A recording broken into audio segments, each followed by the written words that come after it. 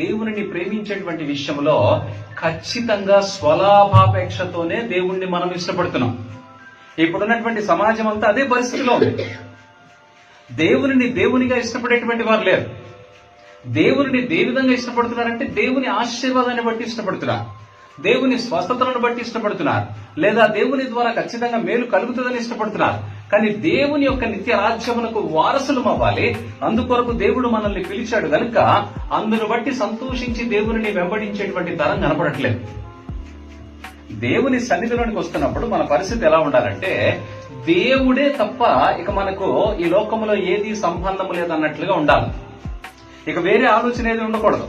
మనము క్రీస్తునందు సంపూర్ణులం అవ్వాలి అని అంటే మనము పూర్తిగా క్రీస్తు స్వారూప్యములోనికి మార్చబడేటువంటి పరిస్థితులకు రావాలి. అందుకు పౌలు ఇక్కడ ఏం చెప్తున్నాడంటే, మేము ప్రతి మనుష్యుని క్రీస్తునందు సంపూర్ణునిగా చేసి ఆయన ఎదుట నిలవబెట్టవలనని.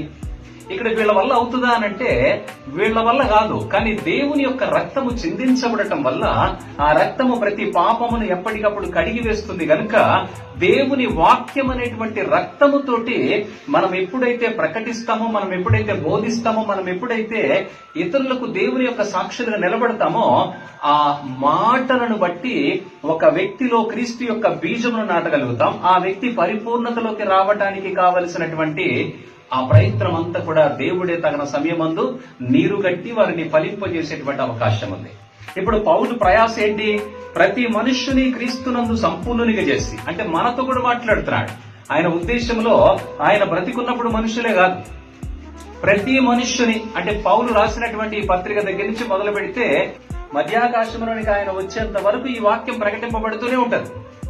ఈ వాక్యమును బట్టి ఎవరైతే ప్రేరేపించబడుతున్నారో, ఈ వాక్యమును బట్టి ప్రేరేపించబడేటువంటి ప్రతి వ్యక్తి కూడా సంపూర్ణునిగా చేయబడేటువంటి అవకాశం ఉందని ఆయన మాట్లాడుతున్నటువంటి మాట ఏంటంటే, జ్ఞానముతో మేము ప్రతి మనుష్యునికి బుద్ధి చెప్పుచు, ప్రతి మనుష్యునికి బోధించుచు ఆయనను ప్రకటించుచున్నాం. అంటే పౌలు లక్ష్యం ఏంటంటే, తాను ఏదైతే దేవుని యందు పర్ఫెక్షన్ కలిగి ఉన్నాడో, పౌలుకు ఉన్నటువంటి పర్ఫెక్షన్ ఏంటి? He left everything. తనకున్నదంతా విడిచిపెట్టాడు. దేవుడే నాకు ఇక ముఖ్యమని చెప్పి సమస్తమును విడిచిపెట్టి దేవుని కొరకు ప్రయాసపడుతున్నాడు. మరణమగునంతగా ప్రయాసపడ్డాడు. తనకు అప్పటికే ఒక నిరీక్షణ ఉంది. సౌలుగా ఉన్నప్పుడు ఏమిటా నిరీక్షణ? ధర్మశాస్త్రానుసారముగా జీవిస్తే మేము పరలోక రాజ్యములో దేవుని వద్ద నిలబడగలుగుతామనేటువంటి నిరీక్షణ. కానీ ఆయనకి సత్యం అర్థమైంది ఎప్పుడు?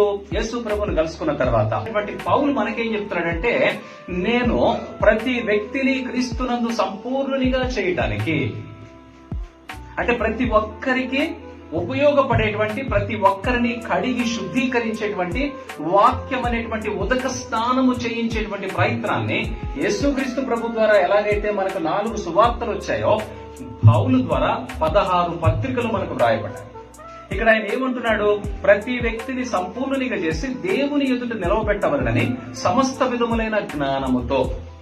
అంటే పత్రికల యొక్క ప్రాధాన్యత గాని, సువార్తల యొక్క ప్రాధాన్యత గాని, ప్రకటన గ్రంథము యొక్క ప్రాధాన్యత గాని మనం చూసినప్పుడు దేవుడు మనలను ఎలా సంపూర్ణునిగా చేయాలని ఆశపడుతున్నాడో ఆయన ఆలోచన పౌలు ద్వారా ఈ పత్రికలు రాయిస్తే, ఈ పత్రికలు, ఈ నూతన నిబంధన గ్రంథమంతా కూడా మనలను దేవుని ఎదుట సంపూర్ణునిగా చేసి నిలబెట్టేటువంటి ప్రయత్నం చేస్తా ఉన్నాయి.